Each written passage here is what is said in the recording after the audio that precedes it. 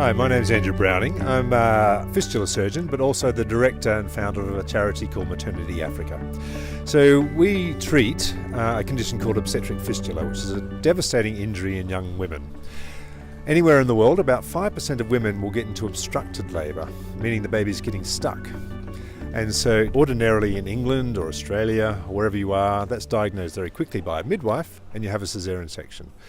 But in the majority of the world, in Africa especially, women just don't have access to get a caesarean section. So if they get into obstructed labour, then they stay in labour. And the ladies that I've treated have been in labour for 5, 6, 7, even up to about 10 days. If they survive, and many of them die because of the long labour, their baby inside dies and they deliver a dead baby. But because they've been in labour for so long, the baby's head's been pressing against the mother's pelvis and all that tissue in the pelvis dies and comes away, and they're left with a fistula, or a hole between the bladder, birth canal, rectum and birth canal. So they're leaking urine and faeces continuously. They're very scared of this. The husbands divorce them, they get depressed, they're ashamed, and they live their life as outcasts for the rest of their life unless they can get treatment. So Maternity Africa provides treatment and trains surgeons all over Africa in doing this surgery. So here in Maternity Africa in Tanzania, we're trying to not only treat obstetric fistula, prevent it. The only way you can prevent a fistula is by ensuring ladies have access to safe obstetric care, to have a caesarean section if they need it.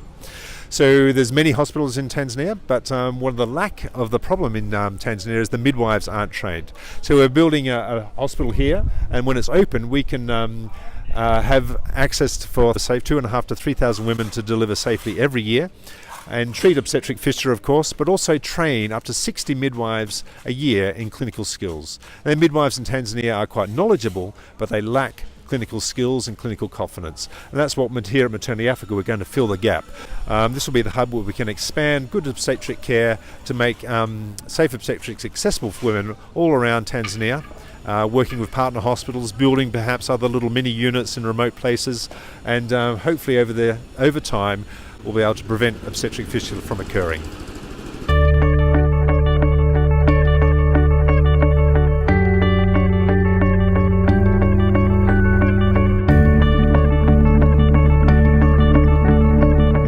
We've got a track record. We've built a couple of hospitals, maternity hospitals in Ethiopia, and we run those. And actually the regions that we've run and built them in, the government's actually proclaimed them to be the safest places to deliver women in the whole region of Ethiopia, which is wonderful. And likewise in Tanzania, we want this to be the centre of excellence in this region, to be the safest place where women can deliver. We'll train people and it will be the hub for good, safe obstetrics for this region of Tanzania. But we need help. We need partners to stand with us to deliver this work. We want to treat the poor women that will not have access ordinarily to good safe obstetrics. We want to train and support other units, but we need running costs. This building should be completed within the next month, but in March next year, 2018, we have to open this service, but we need funders, donors. So this will be the fistula ward, where we have 4 bays here. Each bay will have 4 beds. This is where all the fistula patients will come, be cared for, have their surgery in theatres over there, and recuperate in here. So I'll take you through to theatre. So this will look very different in 6 months' time. So this is the nurses' station, very big, so we'll have our education for our pregnant ladies before they go home on family planning, have some cots here for sick babies. This will be high risk obstetrics through here, so ladies that have blood pressure problems during their antenatal period or bleeding problems. This will be routine prenatal and antenatal, so before and after delivery in here. So it's another 20 beds in here. And then we come through here to the delivery room, labour room. It's all looking very dusty at the moment. We won't have this dust when it's open. Then if it's needed, then the women, if they need a caesarean, can just go straight through here into theatre. So this is our operating theatres where we'll deliver women by caesarean sections. Also look after early pregnancy complications like miscarriages and ectopic pregnancies. And of course also this will be where I'll be doing all my fistula surgery. So in here. So So one of the things I'm really proud about and really interested in is we're trying to make this hospital as green or as environmentally sound as possible. So we're having solar. One generous donor has given us solar panels. And we're using biogas systems as well. So we're collecting all the waste material from the hospital and making gas out of it to power the kitchen and cook for everybody.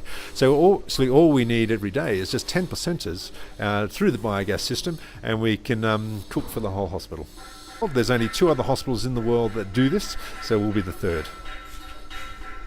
And to give you an idea of the running costs, it's going to cost roughly around $200 for one woman to deliver safely at this hospital, and about $400 to treat a fistula patient at this hospital. So in broader picture, not a great deal of money, but it has enormous impact on these women's lives. Thank you for listening, and thank you for being willing to support. We really do need people to stand with us to make this building a living building, to offer care and compassion for women, and together with your help we can really impact the world, just one woman, one mother at a time.